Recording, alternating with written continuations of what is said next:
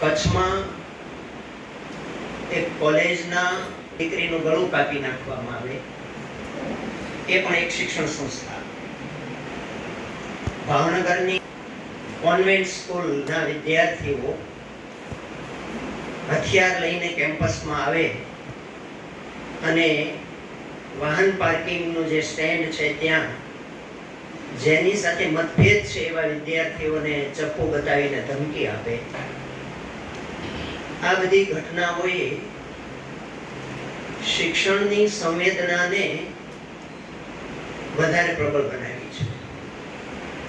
ગઈકાલે સાંજે વર્ધીપુર કોલેજના સરકારી કોલેજના પ્રિન્સિપલનો મને ફોન આવ્યો કે કોર્ટે પણ શિક્ષણ ક્ષેત્રના કેટલાક લોકોને કડક શબ્દોમાં કહ્યું છે કે જીવન જીવવાનું શીખવાડે તે શિક્ષણ, એને બદલે શિક્ષણ આ શું કરી રહ્યું છે. અને એટલે વલ્લભીપુર કોલેજમાં 8 તારીખે અમારે પણ વિદ્યાર્થીઓ સામે આ વાતો રજૂ કરવી છે. કેસીજીમાં અમદાવાદ એક મિટિંગ થઈ શિક્ષણના સભ્યસાચીઓની હાજરીમાં. એમાં પણ કહેવાયું હવે જાગો, આપણી વાત રહી લોકશાળાઓ પરત્વે આપણે રાખવાની જાગૃતિ સંદર્ભે. મિત્રો, છેલ્લા 25 વર્ષથી લોકશાળાઓ સંદર્ભે વાંચવાનું અને વિચારવાનું બન્યું. એટલે લોકશાળાઓની પ્રવર્તમાન સ્થિતિ વિશે એટલા માટે માહિતગાર થવાયું કે નાનાભાઈ, હરભાઈ અને ગીજુભાઈની 125મી જન્મ જયંતિ નિમિત્તે ભાવનગરના કુલપતિશ્રીએ, તત્કાલીન કુલપતિશ્રીએ મને કામ સોંપ્યું કે ગ્રામાભિમુખ કેળવણી ઉપર 5 વિદ્યાર્થીઓને PhD નું માર્ગદર્શન આપો. અને એટલે એ દરેક દાદાઓના જીવન વિશે વાંચવાનું મને એ વર્ષોમાં મળ્યું.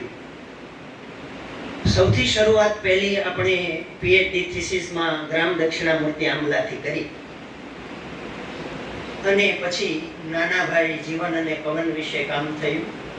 તો એ થીસીસ પૂરી કરી, પણ એનો ફાયદો માર્ગદર્શક તરીકે મને એ થયો કે 1910માં નાનાભાઈએ શામળદાસ કોલેજના પ્રોફેસર તરીકે રાજીનામું આપીને ગામડિયાની નિશાળ શરૂ કરી. ત્યારથી આજ સુધી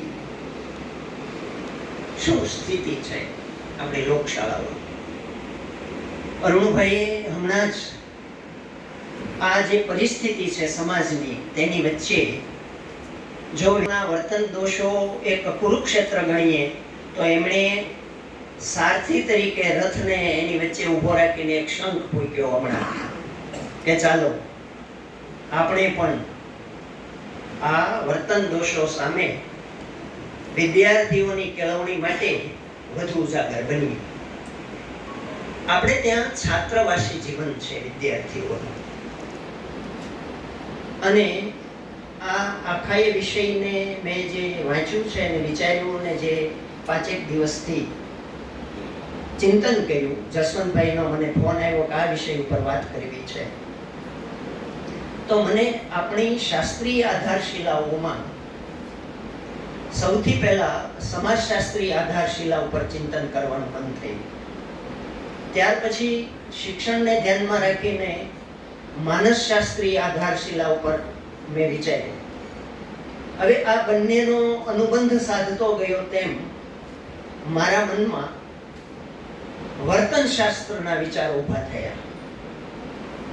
એનાથી આગળ જતા મને એમ થયું કે educational psychology, educational sociology, educational behavioural science, આ બધાને ધ્યાનમાં લેતા આ માત્ર એકલી શિક્ષણ સંસ્થા આમાં કંઈ કરી શકે એ પૂરતું નથી.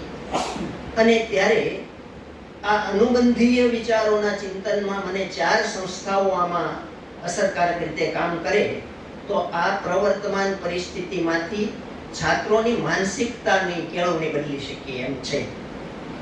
સૌથી પહેલી સંસ્થા છે ઘર, પછી શાળા, પછી સમાજ અને ચોથી સંસ્થા છે રાષ્ટ્ર. વ્યક્તિત્વ ઘડતર માટે, વિદ્યાર્થીઓના વ્યક્તિત્વ ઘડતર માટે અને એની માનસિકતામાં બદલાવ લાવવા માટે બાળ વયથી એ 22-23 વર્ષની ઉંમર સુધી પહોંચે ત્યાં સુધી શિક્ષણના સથવારે એનું મન ઘડાય છે.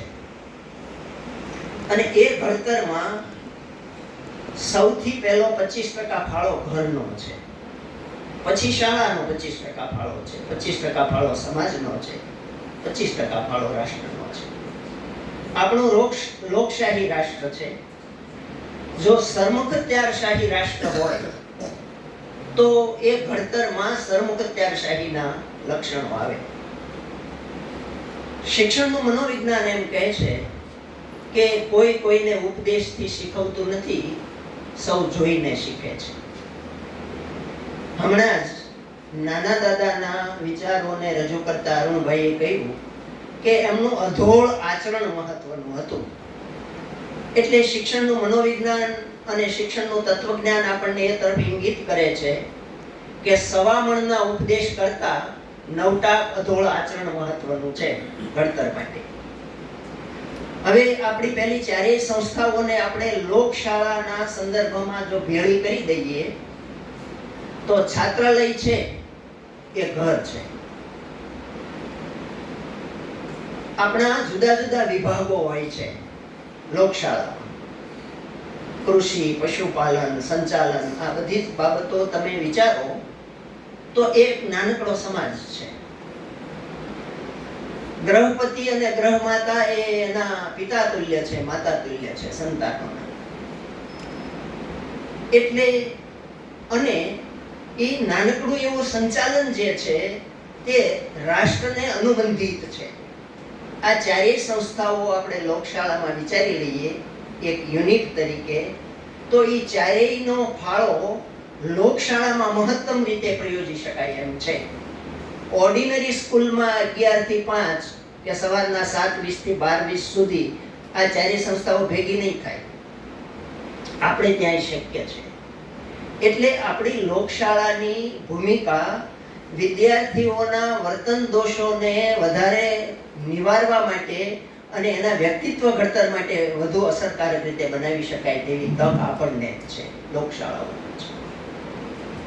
આપણે આરંભમાં સ્વાગત વખતે આ ભૂમિ ગ્રામ દક્ષિણામૂર્તિ આમલાના વાઇબ્રેશન વિશે વાત કરી કે અહીં જે સાત્વિકતા છે, અહીં જે તપ પડ્યું છે દાદાઓનું, અહીંનો જે તમામ કાર્યકરોનો આચાર છે અને અહીં કામ કરવાની જે મોકળાશ છે અને વિકાસ માટેની જે ખેવના છે, એવું દરેક લોકશાળા કરી શકે. આ એક પ્રેરણા છે, એ આપણે અહીંથી લઈને જઈએ. હવે સૌથી પહેલી વાત તો એ આવે છે મિત્રો કે પેલા ચારેય શાસ્ત્રોનો અનુબંધીય વિચાર ચિંતનમાં મારે તમારી સામે મૂકવો હોય અને એમાં મેં તમને એમ કહ્યું છે કે કોઈ કોઈને શીખવતું નથી, સૌ જોઈને શીખે છે. તો આ વર્તન દોષો એ આવ્યા ક્યાંથી? વિદ્યાર્થીઓમાં. રાવણ જેવું વ્યક્તિત્વ, આમ પુલસ્ત કુળ, ઋષિનું સંતાન, બ્રાહ્મણ શરીર, પણ એનો અહંકાર રાવણ બની ગયો, એ ક્યાંકથી શીખ્યો તો હશે ને. સીતાજીનું અપહરણ કરવાનો એનો વર્તન દોષ એ રાવણ શીખ્યો ક્યાંથી? તો એ કોઈ એવી કથાઓ, કોઈ એવી વાતો, કોઈ એવી વિચારો એના માનસ પર આવ્યા અને એને શીખી લીધું વર્તન. તો આખી વર્તનની શૃંખલા વિશેની ટૂંકી વાતો મારે તમને કરવી છે. લોકશાળાના તમામ કાર્યકરો બોલે, ચાલે, હરે ફરે, વર્તન વ્યવહાર કરે, એ સીધું જ વિદ્યાર્થીના માનસ પર અસર કરે છે અને વિદ્યાર્થીઓ જોઈને શીખી લે છે. એટલે ભગવાન શ્રી કૃષ્ણ અર્જુનનો રથ કુરુક્ષેત્રની વચ્ચે ઊભો રાખીને એમ કહે છે કે તારે યુદ્ધ જીતી જવું છે.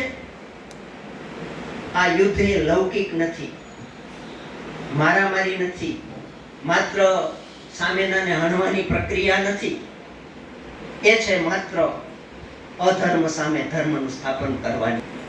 અને પછી અર્જુનજીની પાસે તો એટલી બધી વિદ્વત્તા છે. તમે પહેલો અને બીજો અધ્યાય જુઓ, અને એટલે મૂળશંકરભાઈએ એમ કહ્યું હતું કે શ્રીમદ ભગવદ્ ગીતાનો બીજો અધ્યાય સાંખ્ય દર્શન છે. મોટાભાઈ મૂળશંકરભાઈએ કહ્યું છે કે સાંખ્ય યોગ જે છે એ સંપૂર્ણ શિક્ષણ દર્શન છે, એટલે શિક્ષણનું ફિલસૂફી છે. અને એના અનુસંધાનમાં મિત્રો, જ્યારે એ રથને કુરુક્ષેત્રના યુદ્ધમાં સૈન્યની વચ્ચે ઊભો રાખ્યો છે, ત્યારે કૃષ્ણની સામે અર્જુન દલીલ કરે છે નહીં લડવા માટે. શું કામ દલીલ કરે છે ખબર છે? એવું ગીતાકાર લખે છે કે દ્રોણાચાર્ય પાસે વેદ પુરાણ ઉપનિષદ શાસ્ત્રો ભણ્યો છે, એટલે વિદ્વાન છે, બાણાવળી છે, સમર્થ છે, શક્તિશાળી છે. એટલે એમની પાસે જે કાંઈ હતું ને એ પ્રગટ કરવા માંડ્યો છે. એ વખતે ભૂલી જાય છે કે આ પરમ તત્વ મારી સામે સારથી બનીને મદદ કરવા આવ્યું છે. એટલે એ સતત દલીલો કર્યા કરે છે. 2 થી 3 અધ્યાય સુધીનો અભ્યાસ આપણે કરીએ ને એમાં સૂક્ષ્મ ફિલોસોફી જો જોઈએ તો પોતાના અસ્તિત્વ વિશેનો અર્જુનને એટલો બધો ખ્યાલ છે, અને એમ કહીએ તો એટલો બધો હું પદ છે કે એ મથે છે કે હું આટલા માટે નથી લડવાનો, આટલા માટે નથી લડવાનો, આટલા. અને શાસ્ત્રોના પ્રમાણ આપે છે કે કુટુંબમાં કોઈનો દ્રોહ કરીએ તો અમે નર્કના અધિકારી થઈએ. આ મારા કુટુંબીજનો છે. પરિવારના સભ્યોનો રાસ કરવો, એની હત્યા કરવી